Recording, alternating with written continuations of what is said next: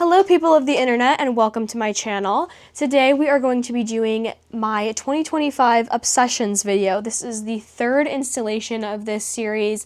I started this back in 2023, I believe, which is crazy to say because I do not feel like it's been that long. Basically in these videos I like to just kind of recap my year as like a fangirl and talk about all the things I was obsessed with. We talk about books, movies, TV shows, and music. So I just like to kind of cover all those topics, hopefully give some recommendations, maybe talk about some things that you guys have seen before. So let's jump right in and get to our first topic, which is going to be books. So my reading goal for this year was 20 books, and I ended up finishing the year with 23, so that was pretty good for me.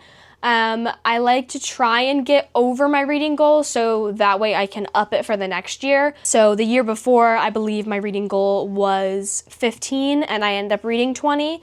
So obviously that's why I set my goal to 20 this year, because I knew, okay, that's like accomplishable for me. With 2026, I set my goal at 25 books. So far, I have read one. That's okay. I don't really have these in any specific order. More so kind of just what came to mind first when I was making this list. So I kind of am doing top fives for every category. My first book being Haunting Adeline by H.D. Carlton. This is a hefty book. This one, yeah.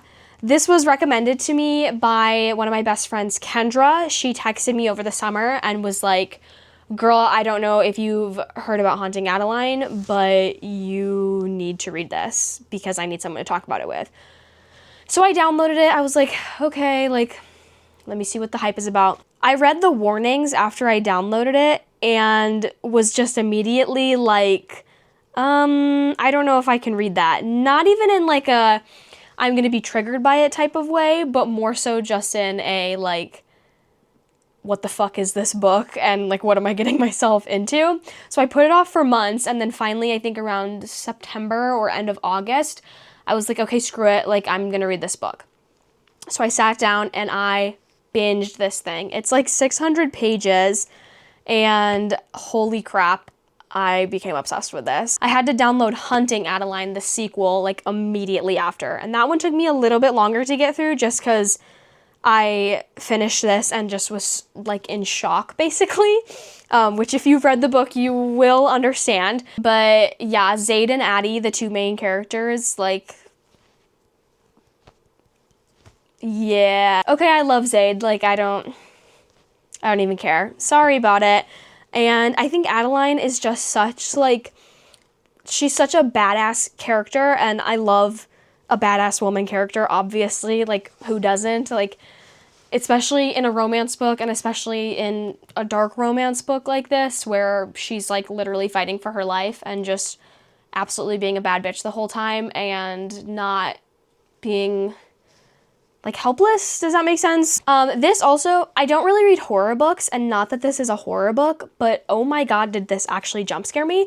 There were a few times where I was reading this alone in the dark, like at night, and I genuinely like screamed out loud a few times. Like it scared the shit out of me. I can't even lie about that. One of my absolute favorite things in this book is the way that H.D. Carlton does imagery.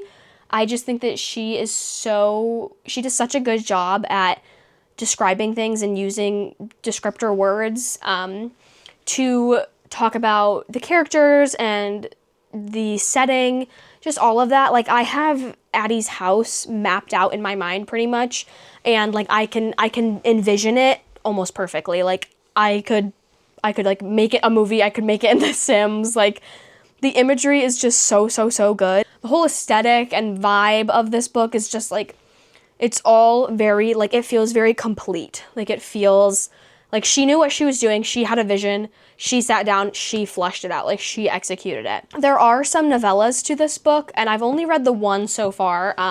There are currently 3. I have read Satan's Affair. I have not read Where's Molly, or I'm blanking on what the other one is. Phantom, I believe. So I have not read those yet. Let me know in the comments below if you have read those. I will be reading them at some point, but I feel like I just need a little bit more motivation too. These books were just so good, and I know we get like glimpses of Zayd and Addie in the other ones, but God, I just love them, and I miss them. I can't lie. The next book I don't have a physical copy of, but it is Threads That Bind Us by Ray Douglas. This was Ray's debut novel, I believe, and that is a grand slam of a novel. Like, I aspire to put out a book this good as my first book. I have literally no notes. It's just so incredible. The characters, Gwen and Charlie, are some of my favorite characters. Their relationship is just like, it's so fleshed out and it's so authentic. Like, I have a hard time with books where there's a problem and people don't talk about it. Like, I understand sometimes, like, you don't want to be confrontational, you don't want to talk about things, but it gets to a point, I feel like, in books, especially in, like, romance books, where it's just kind of like, okay, this is ridiculous and you need to talk about it now. And I don't feel like that's true for Gwen and Charlie. I feel like they feel like real people that I could know in my real life, pretty much, which is amazing. Gwen and Charlie's chemistry as well is one of the best written chemistries I've probably ever read. Another perk about reading Ray Douglas books is that everybody in that series is queer. Everybody is either bisexual or just doesn't care, and everybody just wants everybody, and I live for it, and I love it, and it's amazing. Threads That Bind Us is the first book in a series called the Syndicate of Fate series. I have also read the second book, which is called Lies That Break Us. Also phenomenal. So good. I just didn't want to put two books of the same series on here. But that is another really great book, lived up to the hype. I was definitely really nervous to read it after such a good first book, but the second book was just as amazing. And then the third book is out now as well, which I believe is called Waters That Drown Us, which I have started, but then got swept up in a whole other thing. I did my first ARC reading this past year, and yeah, so I just got swept up in the whirlwind of that, and I have not finished Waters That Drown Us yet, but it's definitely on my list to finish, and I'm very excited because it is a WLW book, so very much looking forward to that. And then the fourth book of the series just got announced a little bit ago, I believe, as well. Definitely go check out Ray Douglas. They have amazing work, and I will be following their career very closely. I cannot wait to see what else they come up with. The third book on my list is Daisy Jones and the Six by Taylor Jenkins Reid. I finally hopped on this trend. This book came out in 2019, so I'm a little bit behind the curve, but I know the series, the television series, just came out a few years ago, and I was super interested when that came out, but I never got around to reading or watching it. So this year, I finally just decided to pull the trigger. I was really getting into Fleetwood Mac again, and I was like, you know what, I feel like this is the vibe I want. Like, I'm just going to try and read this. Genuinely, this book was immediately added to my list of all-time favorite books. I have never read anything like this, and it is absolutely incredible. I've never seen anything with this type of formatting. It's written like you're reading the transcripts of an interview throughout the entire book, and I just became so obsessed with that. Like, at first, it definitely was really hard for me to keep the characters straightened out, but I literally made a note on my phone. I'll insert a little clip of it here. I made a note on my phone kind of detailing who everyone was that I would refer back to all the time, and just be like, oh, okay, like, that's who this person is. Because sometimes they would mention, like, a producer one time and then mention that same person, like, chapters later, and I would completely forget who it was. But I absolutely loved this. I loved it so much, in fact, that I was a little underwhelmed by the TV show, unfortunately. Don't get me wrong, I think the cast was amazing. They cut out a character that I was very disappointed about. I, of course, can't remember off the top of my head now. I read this book over the summer. But yeah, I haven't finished the show. I definitely have plans to. I'm sure if I watched it in the moment, like when it came out, I would have enjoyed it better. But also, it was just really hard knowing this book was an absolute 5 for me and not having any notes, not wanting anything to be changed, and then watching it be turned into a TV series where things are obviously going to be changed.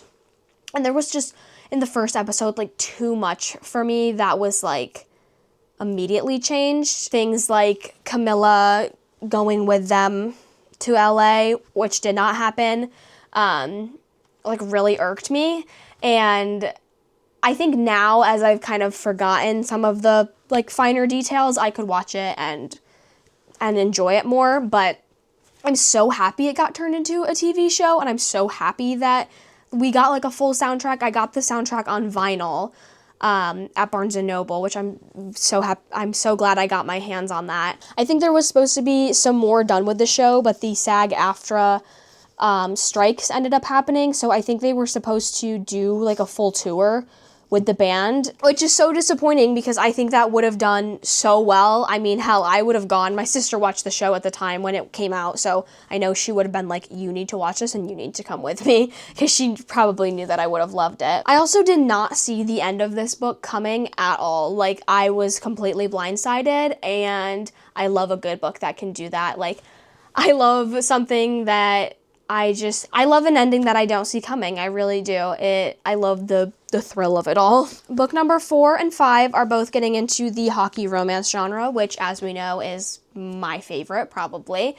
This past year, I finished reading all of the Elle Kennedy Off-Campus series. I guess, I'm not sure if that's the title for, like, the whole series, but I read the Off-Campus, the Briar U, and the Campus Diaries series, which all kind of go together. It's like 12 or 15 books, I think, and there's a new one coming out soon. Absolutely loved it. Absolutely loved that series. Will be rereading it. I did a whole PowerPoint night with my best friend Grace and literally explained the entire plot of all of the books and how everyone interconnected. But my favorite from that whole series was The Risk. This is from the Briar U series. It is the second book in the second series. They are just my favorite couple, Brenna and Jake, and they are, like, forbidden romance. He goes to the rival school, which is Harvard, and she is the Briar University coach's daughter. So, big controversy there, obviously. She's supposed to hate him. She kind of does hate him, but it's a little enemies to lovers. It's a forbidden romance. I'm obsessed, okay? I'm sad. I don't even care. And all of the Briar U books have these beautiful blue edges, which I absolutely love. I think I have this full series now in paperback, which I love. I love having physical books. I'm a Kindle reader nowadays. I do read a physical book every once in a while, but I'm definitely that girl that reads stuff on her Kindle and then buys the physical book like it is a trophy to sit on my bookshelf, which is currently overflowing. Like I said, Brenna and Jake are definitely my favorite couple. So sorry to Hannah and Garrett, who are the main couple of the first book. I love them so much, but these two are going to do it for me. Brenna is literally me. Like, I am that girl. I feel so much like her. I relate to her so much. She's got this trauma storyline that hit a little bit too close to home for me. The girls that know what I'm talking about know what I'm talking about. She's just me. I love her attitude and her determination. It was just written so well. I feel like you can write a female character with an attitude in just not, like, an entertaining way. But I think Elle Kennedy did a really, really great job of making it entertaining and making her attitude, like, something comical and something that just felt like I definitely have an attitude, and it felt very, like, relatable and not, like, cringy and annoying, which I hope is how I come across as well, but who knows. Yeah, they're the best couple. The first series is getting turned into a Amazon TV show currently, so if anyone at Amazon is casting for the second series, hit me up. Let me play Brenna.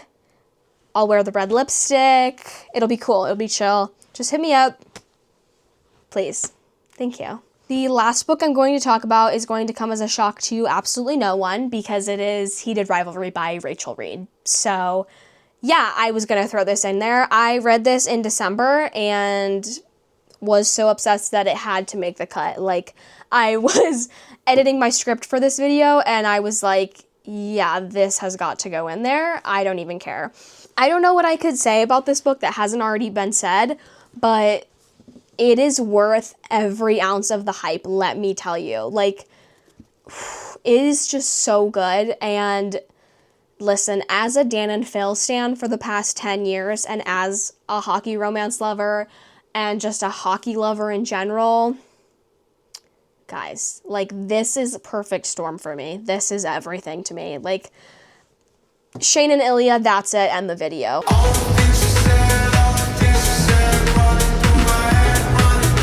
This is lie. Liar told you that. I'm obsessed with them. They are everything. They deserve all the love and recognition.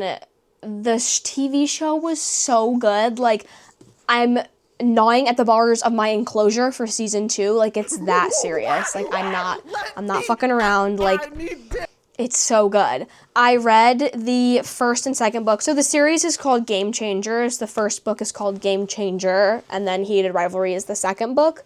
I did read Game Changer and Heated Rivalry before I started the show. I think I was like 2 weeks behind of the show airing, so I had a little bit of catch up to play, but one thing about me is I love to read the book before I watch the film adaptation.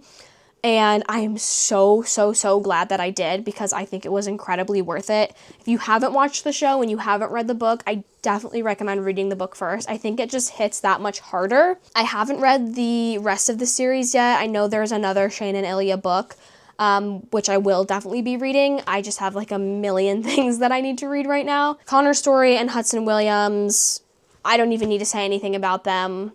I love them so bad. Like, it's not funny. I think it's also obviously incredibly important for the representation of gay hockey players. That's like, I mean, we can talk about how fun and silly this book is, but also at the same time, I think that's so important. And I have seen some hockey players talking about how this book, this TV show was inspiration for them to be who they are authentically. And I just think that's incredible. And yeah, read this freaking book. It's so good. And I think the author is amazing, and just Heated Rivalry, man. That's all I have to say. Yeah. Shifting gears into movies. I know last year I said that I was going to stay up to date on movies and go see everything, and oh, I'm only 2 movies behind so far. Yeah, well, that didn't happen at all. I saw so little movies last year, and I am so behind. But this year I did do what I said I was going to do last year, and I bought myself a VIP subscription to Celebration Cinema. So now I'm literally paying monthly to go see movies, so I kind of have to do it, because it's not super expensive, but also it's not cheap. Like, it's not cheap enough to where it's like, oh, it's $5 a month and I can just like not go this month. I haven't gone yet, but I definitely will be letting you guys know if I think it is worth paying for and worth doing. But I'm really hoping that that will be motivation to actually keep me up to date on movies this year, because I am literally are already paying for the movie. So I never do movies that came out this year on this list. If something that came out this year happens to be on this list, that's just because I enjoyed it that much, but it's more so a list of just movies that I kept on rotation watching over and over again. So yeah, we actually are going to start off with a movie that did come out this year, which is the 2025 edition of Frankenstein, directed by Guillermo del Toro, starring Jacob Elordi, Oscar Isaac, Mia Goth. The list goes on and on and on. This is an amazing cast. I love classic monsters. I definitely want to get more into them. I have not seen like original Frankenstein movies and stuff, but this just, I don't think I've seen something that Guillermo del Toro has done that I didn't like. I mean, Shape of Water was questionable, but I can't deny that it was beautiful. So I can enjoy that aspect of it. But this just hit every mark for me. It was beautiful. The cast was amazing. The costuming was amazing. The soundtrack is beautiful. Just everything. Put Jacob Elordi in. To see Jacob Elordi in this type of role instead of being in some like playing a teenager was so incredibly intriguing to me. I love when an actor steps so far out of their comfort zone and plays someone completely different to who they're usually kind of like typecasted as. I'm really glad that Guillermo kind of like took a risk with that. I mean, I think Jacob's a great actor. It just, obviously he's never done something like this. So I was super excited to see that. The Golden Globes just happened and they did not win anything, and I cannot lie, I was kind of disappointed and shocked. I really hope come Oscar season they win some stuff because I think it is very much deserved. Everything, yeah, like I said, everything was perfect about this movie. The aesthetics, the acting, Mia Goth's wardrobe and the thought that went into that. Picking certain fabrics to look like bugs and just the color palette and everything is just, Guillermo's mind, like I can't. And her prosthetics as well, like I think I was one of the few people in the room with my family when we watched it. Sorry to my family if this is wrong, you can correct me on that, but I was like, oh, like when she's playing his mother, Frankenstein's mother at the beginning, I was like, oh, that's Mia Goth. And like my sister was like, no, that's not. And I was like, yeah, it is. And they were like, why does she look like that? The prosthetics changed like just the slightest bit of her face to where like, you know, if you just kind of glance at her, it's like, oh, I don't know who that is, or that's not Mia Goth, or, you know, who is that? But I was just staring at her and I was like, oh, like, yeah, something slightly different, but like that's her. It just, I don't know, it was just so well done. And just 10 out of 10. My sister is absolutely fucking obsessed with it. I'm sure she's gonna get a Frankenstein tattoo, and I fully support her. I loved this movie, and I have watched it I don't even know how many times. My second movie on this list is Baby Girl, which came out in 2024, directed by Helena Regin. I'm probably saying that wrong, so sorry, girl. But starring Nicole Kidman, Harris Dickinson, and Antonio Banderas. This movie, guys, it's so weird. I love it, okay? This movie is really, if you get it, you get it, and if you don't, you just don't.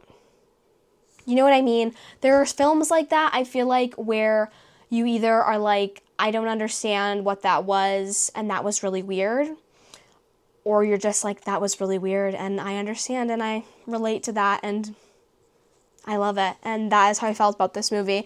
I was just obsessed with it. Again, the color grading of it was beautiful. I had never really seen Harris Dickinson act in anything before, but God, was he amazing. I've never been a super big Nicole Kidman fan. I mean, not that I disliked her or anything, but I never super watched a lot of her movies growing up, but she did her big one with this one.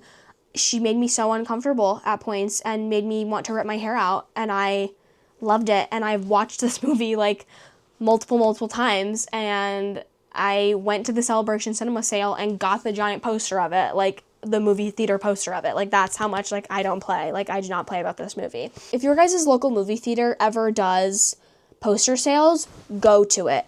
Go to it. I am so serious. I went to my local Celebration Cinemas poster sale a few months ago, and I had never been to one before. I bought, I am not kidding you, I think 15 posters, and I paid like $24. I have posters in my room, one singular poster, that costs double that amount, and they're smaller. I'm looking at my Sleep Token poster. That cost me an ungodly amount of money. I cannot recommend going to this enough. I mean, do I have room to put up literally any of these posters? No, I do not. But one day, I will live in a beautiful house and I will have room for them, and that's what matters, because my 22-year-old self spent so little money on it and knew that they would be worth holding on to. Rant over. The soundtrack is also so disturbing, but so beautiful. My sister got it for me on vinyl for my birthday. It's so disturbing. Like, the noises are so weird, but I love it so much. Like, it's so good. I love watching movies in theaters, and again, that's why I'm really trying to push to do that, to go see movies in theaters. It's just such like it's it's the experience. It's the experience that we should be having when watching a film. It's what most of the directors intend, is for you to be watching this with a group of people. It's a whole experience. And this is one of the movies that I am so glad I saw in theaters, because it was me at 21 years old, my sister at 29 years old, and I swear to God, the whole rest of the theater, I mean, it wasn't full, but everyone else in the theater had to be at least like 40, not even 40, I would say, probably 50s and up. I didn't really look into what this movie was about. I just was like, oh, this weird A24, Nicole Kidman, Harris Dickinson, Antonio Banderas movie. Like, yeah, where do I sign? Like, I'm going to go watch it. And we were like, my sister and I were like freaking out, tweaking out the whole movie.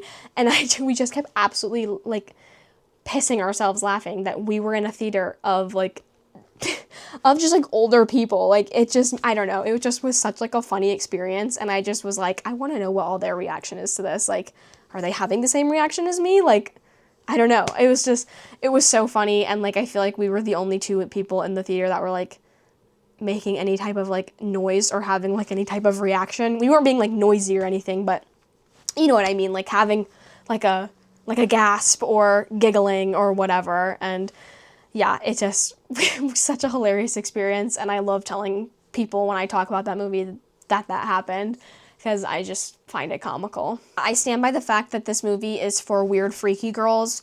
Again, just like if you get it, you get it. I will say this movie does have cheating is like a big storyline in it, which I do not condone, actually, in the slightest. However, I will say with a caveat that I do not think Jacob, who was Antonio Banderas, was listening to Nicole Kidman's character, and they were like literally not compatible anymore in their relationship. That's still not acceptable. Just break up with someone, get a divorce, separate, whatever. But he wasn't giving it to her like he should have been. Take me away. Arrest me. Okay, that's all I have to say. The third movie I have on this list is Nosferatu, which came out in 2024, directed by Robert Eggers, starring Lily Rose Depp, Nicholas Hoult, Bill Skarsgård, and Aaron Taylor Johnson, plus, again, a plethora of other people. Robert Eggers is amazing. I watched The Witch by him many, many years ago. And that is a phenomenal movie, so I knew that pretty much any other thing he was going to do, I would love. I believe he has another movie with Lily and Aaron coming out called Werewolf, which I am very much looking forward to. Really, aesthetics are what I keep talking about, and they really are what make a movie. I think aesthetics, cast, and music are what make a movie for me and make me be obsessed with them. And this, again, of course, hit the nail on the head with that. The whole, like, dark gothic aesthetic and Ellen's whole aesthetic, which is Lily Rose Depp's character, is something I strive for every day. Like, I want the creepy Victorian girl look with, like, the long nightgowns and the long hair and, like, the scary, perverted, I'm a freak look in your eye. It's just something that I love, okay? I really do. I do not play about vampires. I love vampires. I had a vampire-themed birthday this year for my 22nd birthday. I'm always gonna love something that has vampires in it, and to have kind of like Nosferatu, who is like, you know, an original vampire or whatever. Yeah, I loved it. I saw this movie on Christmas Day last year, 2024, when it did come out. My sister, my brother-in-law, and I went and saw it in theaters, and I came back and I just was like, I don't even know what to say. Like, that was amazing. Like, I have no words. And I kind of didn't watch it for a few months, but within the last like 3 to 4 months of 2025, I watched it probably every single day. Like, I just kept putting it on. When Robert Eggers is going to make your skin crawl, that is just like a guaranteed if you're watching any of his work, and he did just that. I kind of wanted to vomit, but I loved every second of it, and it was amazing, and I will be watching probably everything that he's ever made, because I'm obsessed. Next movie on my list is Hocus Pocus, which came out in 1993, directed by Kenny Ortega, starring Bette Midler, Sarah Jessica Parker, and Kathy Najimy. I'm probably saying that wrong again. So sorry. I cannot pronounce things to save my life. Obviously, this is a classic. I have loved this movie for a long, long time, but something about it this past year was just, there was something in the air and it was hitting differently for me. I watched this movie from August to, honestly, end of November, probably every single day, multiple times a day. Like, it just was always on for me. It was always on in the background. I would finish it and I would immediately restart it. I don't know what it was. I just was loving it. I think it was just kind of the whole nostalgia of it all. All of the characters in this movie I love. Out of the three Sanderson sisters, some of my sisters and I have determined who is who. I'm Sarah, my sister Genevieve is Mary, and my oldest sister Danielle is Winifred. If you know us, you know that that makes perfect sense. I also got a Hocus Pocus poster, say that 10 times fast, at the Celebration Cinema poster sale, which was crazy because obviously that movie came out in the 90s. I think the guy that sold it to me had said that it was like a re-release poster, which I was like, yeah, I figured, but that's insane that you had this. I had one of them, which was awesome. So I definitely scooped that up and it is now at home with me. The last movie I'm going to talk about for this year is The Twilight Saga: New Moon, which came out in 2009, directed by Chris Weitz. Again, probably saying that wrong. Obviously starring Kristen Stewart, Robert Pattinson, and Taylor Lautner.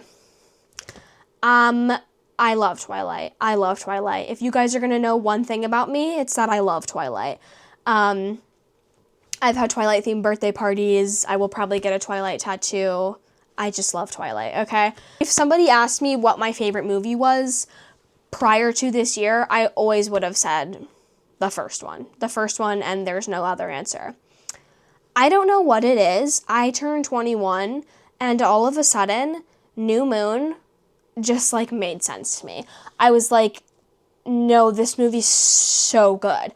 I used to hate this movie, not be able to watch it at all. I was like, New Moon sucks. I hate Jacob. This whole thing is terrible. Let me tell you, I do not feel that way anymore, okay? I love Jacob, okay? I don't care. I really don't care. Am I team Jacob? Not really. But do I love Jacob? Yes, I do, okay? Especially New Moon Jacob, like, his whole transformation, his whole storyline arc, it's so good, okay? And obviously with Twilight, a huge thing is, like, the aesthetics of it. As I've talked about a million times, the aesthetics make a movie for me. And Twilight being the whole green, like, grainy aesthetic versus New Moon being this, like, earth tones, very, like, brown, very warm aesthetic. I just really, really love that, especially in the fall.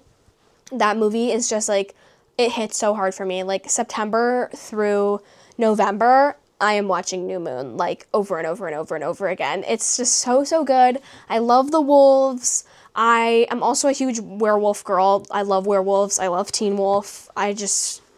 Yes, okay? I love supernatural stuff. New Moon, all of a sudden this year, so funny. I just became obsessed with it. And if you would have told my, like, 16-year-old self this, like, she would have actually laughed at you because I was like, fuck New Moon, fuck Jacob Black. So I just find that incredibly hilarious. Now moving on to TV shows. As a shocker to no one in my life, I only finished the shows on this list that had one season. Anything else, I did not finish. I did not finish anything that has multiple seasons this year, and I don't really know what to say. I am terrible at finishing TV shows. It is probably one of my least favorite qualities about myself because I love TV shows. I love media so much. I just have such a hard time finishing stuff, and I don't know why. I just get so distracted with other things, and yeah, but I'm also so annoying and I hate spoilers, so I will drag something out for years and just continue to avoid spoilers and then just enrage my family and friends when they're like, you need to finish this thing so we can talk about it. And I'm like, yeah, no, I will. Not a good trait, guys, not a good trait. I will say within the last few months, I have been trying really, really hard to not start anything new until I finish stuff that's on my list. Unless it is a series that has like one season or is like a mini series that I have been watching. Okay, The Pit, I did just watch all of that. I know they're airing season 2 and I'm watching it, but yeah. So let's get into this list of what was my favorite of 2025. First up on this list is Parks and Rec. This was a long time coming for me. I love The Office. I love New Girl. And I feel like it's The Office, New Girl, Parks and Rec. Those are like the big 3 of like sitcom television, at least in my world. So I finally in 2025 decided to start watching Parks and Rec. I'm currently on season 6, so I'm almost done with it. I'm hoping to finish it within honestly this month. I could probably finish it because the episodes are so short. I'm finally understanding all the jokes that my sisters have been making like literally for years. Like literally yesterday I got to an iconic Mona Lisa quote and I told my sister and she was like so ecstatic. She was like, finally you understand, finally you've seen it, because her and my other sisters have literally been saying that since I was like a child and I just never understood what it was. Next, we have The Vampire Diaries, which I have a long history with this show. I could probably put this show on a favorites video like forever. I don't even know. I've never finished this show. I've gotten to season 6. They have 8 seasons. I used to watch it as it was airing. I started watching it when I was like a super little kid, probably when I was like 8 years old, because I had older sisters and they were obsessed with it. And so I used to watch it with them when it would air weekly on the CW. And then I got obsessed with it again in middle school and was watching it on my own. And that was when seasons were still airing as well. But then I kind of fell off with it. And then my disease of never finishing a TV show kicked in. So basically I tried last year to be like, I'm going to watch The Vampire Diaries and I'm going to finish the whole thing. Well, I got to season 3, which is a terrible season, and I just lost my momentum.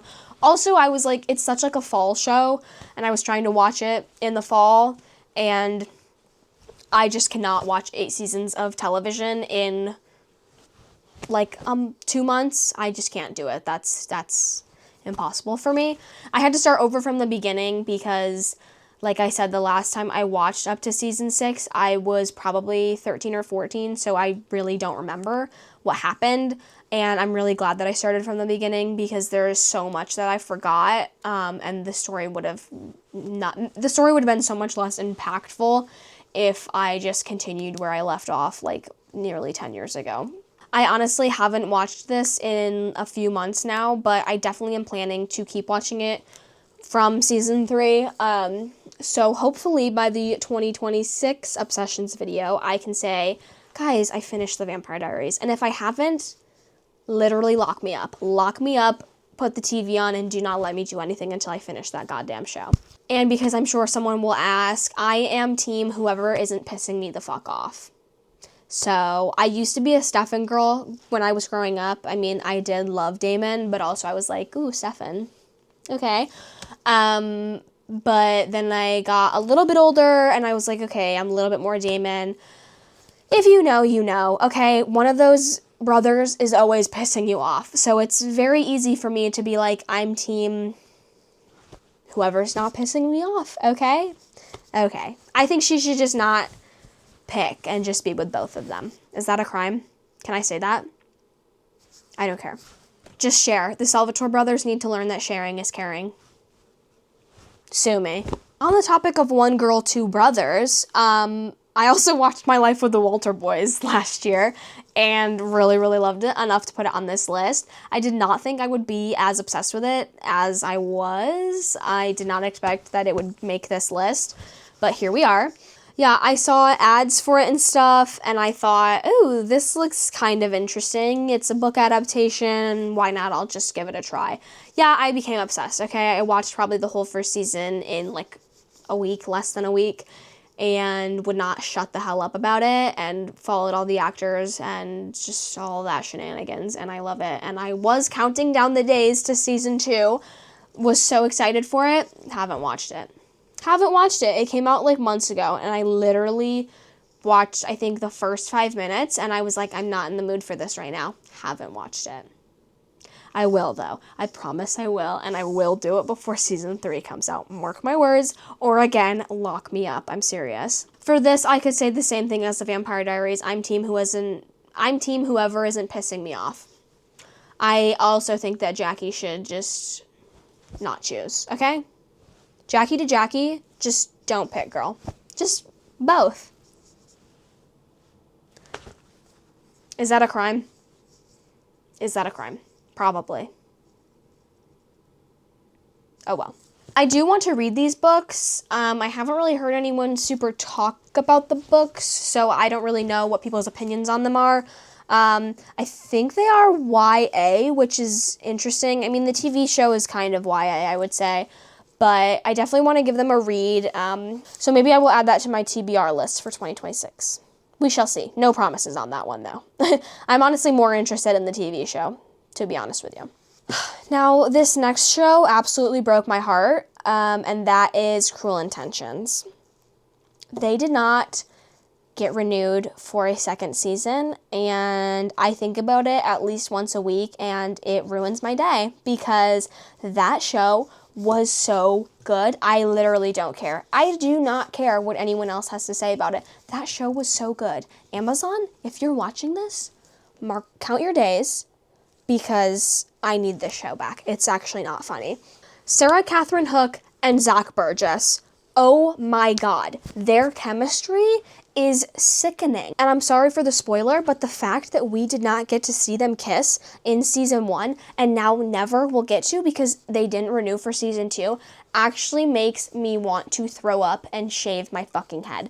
It's not funny. It's seriously not funny. Like, I need to see these step-siblings kiss, okay? I'm sorry. Like, sue me. Sue me! I'm saying a lot of controversial things in this TV show section, okay? I hope nobody that I know watches this video. I binged this. I literally put it on to be like, oh, let me just watch the first 5 minutes of this and, like, see what it's about. No, I think I watched half the first season that night. I stayed up to, like, 4 a.m. watching it. It's so good. It's so good, okay? Oh my God, if you have not seen this show, watch it. Like, but also maybe don't because they're not doing a season 2 and you will just be devastated. But maybe do and we can get traction on it and then make Amazon be like, wait, we should do another season of this. Because I have that power. Just kidding. Okay. We have 2 more TV shows to get through. The next one being Overcompensating, which was the top show of 2025. No, absolutely no notes. That show, I don't even know. It's ahead of its time. It's right at its time. That show is the funniest thing I think I've literally ever seen. It has got to be some of the best television that has been made in the past few years. Like, it's insane. Benito, who is the lead and also wrote the script, that man, his mind, oh my God, like, he is one of the funniest people ever. Him and Mary Beth, who plays one of his co-stars and is like his best friend in real life, their comedic timing is just like, it's unmatched. Like, it is so authentic. It's beautiful. I love it. And the whole like college in like the 2010s aesthetic vibe of it all is everything, and they just like, they did it so well. All my sisters that went to college in that era are like, yeah, that's it. Like, yep, it's authentic, it's real, it's so funny. Like, can I attend Yates University? I want to go there. I want the merch so bad. This show is so quotable, and I love a quotable show. Like, New Girl is one of my all-time favorite shows, and I quote it all the fucking time. White man broke in today. A white man? No! Well, what did security do about it? Nothing. Typical! This show is so quotable. There are 5,000 things that I could say. Hey, whores. Let's just get out of the way, okay? I need to tell someone, like, I just had my salad tossed, ass ate, ass eaten. I don't know, I'm not an English major, but, like, I didn't like it. It felt like wet butt, like 2 out of 10, maybe 3 out of 10, because I guess I, like, wasn't scared, but... Wait, an Arab something? I think about a quote from this show, like, every single day, and, like, nobody in my life has watched it, so I can't just like, I mean, I do say these things, but then they're just like, what are you talking about? I have no idea what you're talking about. And I'm like, guys, watch the show. Like, please watch the show. It's so good. I'm so excited they're coming back for a season 2. I think it's going to be amazing. They still have so much storyline that they could do. And if you have not seen Overcompensating, please go watch it. It is so worth it. It's so fucking funny. And of course, we are closing out the TV shows with the Heated Rivalry TV show. How could I not put that in there? Again, I feel like I don't even need to say anything. It's just, it's the show right now. Like, it's the show. Like, it's so good. It's so incredibly good. It's so worth the hype. The director, Jacob Tierney, is someone that I love so, so, so much. I would love to meet that man.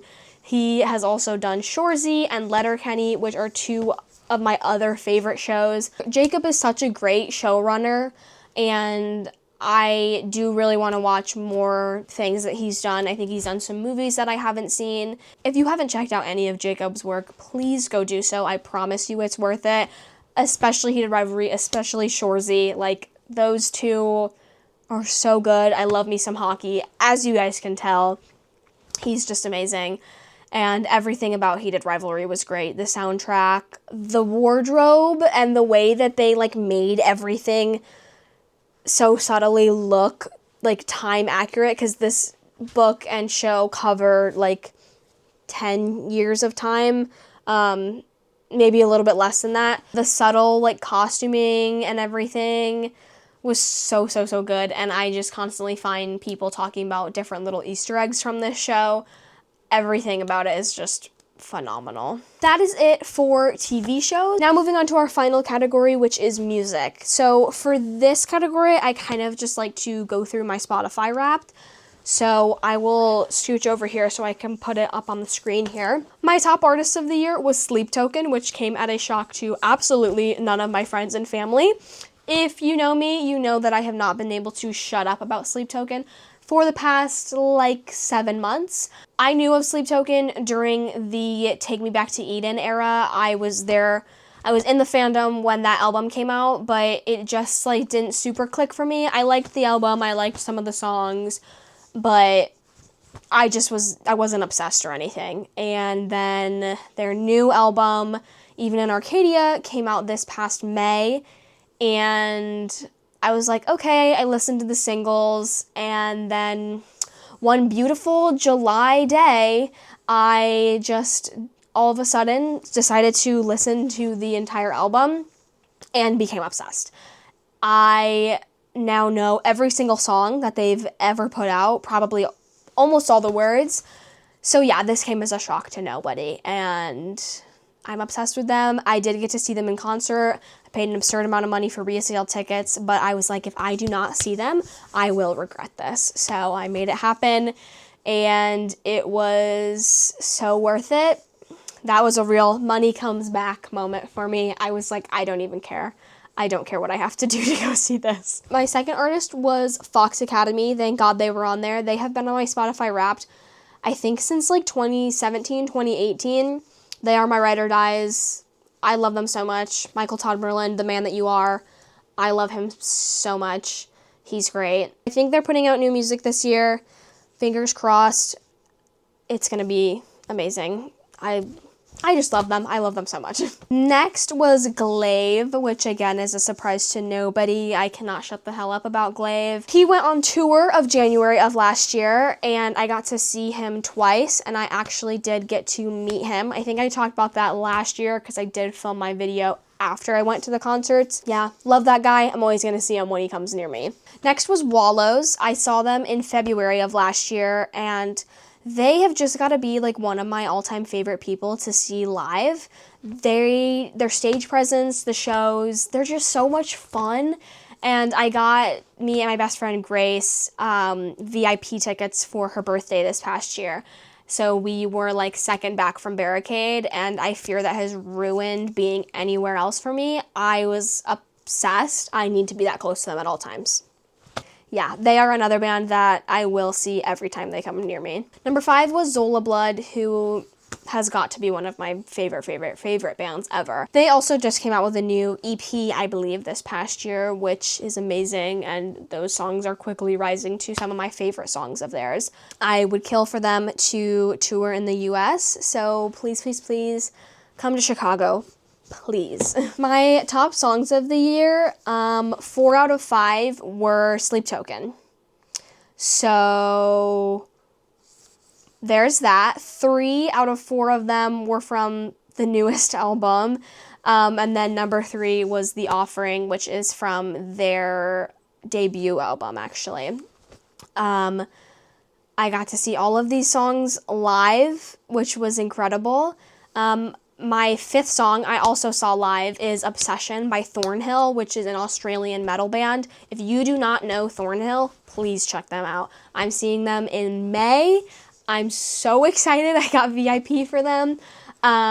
They are incredible. They are so good. Their album Bodies, which came out this past year, is one of my all-time favorite albums. I listened to 72,872 minutes. I feel like that's a little low for me, which was shocking because I felt like I was listening to Sleep Token every second of every day. So I was a little bit shocked by that, but oh well. My top genre was indie pop, which again, I felt like made 0 sense for me. I felt like half of my year was spent listening to metal music because once I got into Sleep Token, I really kind of dipped my toe more into the whole metal genre. Something that I've always liked, but I just got a little bit more into it this year. So I definitely thought it would be more in the metal, grunge, alternative area, but indie pop, sure. I'll take it. I do love indie pop, so there's that. And then to finish out the music section, we have my top albums of the year, which were every single album Sleep Token has ever put out and Bodies by Thornhill. Yeah, I'm not embarrassed by that at all. I think these are all amazing albums. They basically have like no skips. I pretty much listen to these albums all the way through. Let's keep in mind that Bodies by Thornhill, I saw Thornhill September 28th when they opened for Sleep Token, and after that show is when I really got obsessed with them. That's when I started listening to the album on repeat. So I listened to it so much that it made my top albums in like under 3 months. So if that isn't motivation enough for you to go listen to this album, then I don't know what is. All right, thank you for listening to me yap for however long this video ends up being. I love talking about different media that I love. I could definitely talk about each of these individual things probably for hours. I could write a whole essay on them. I just love media so much, and I really look forward to putting these videos together every year. It's kind of like a fun little diary for myself to go back and look at and just see what I felt like impacted me the most and what I was the most obsessed with throughout the years. I'm always someone that has some sort of current obsession going on. Right now it's Heated Rivalry and The Pit, the TV show. I could talk about them for hours. And yeah, so it's just fun to kind of look back and see what I was interested in, if I'm still interested in that thing.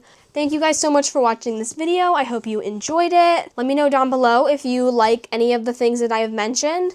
Please, if you do, hit me up, talk to me about it. I obviously love talking about all of these things. I would love to be able to talk to more people about them. But yeah, thanks again for watching, and I will see you guys in the next one. My camera is hot.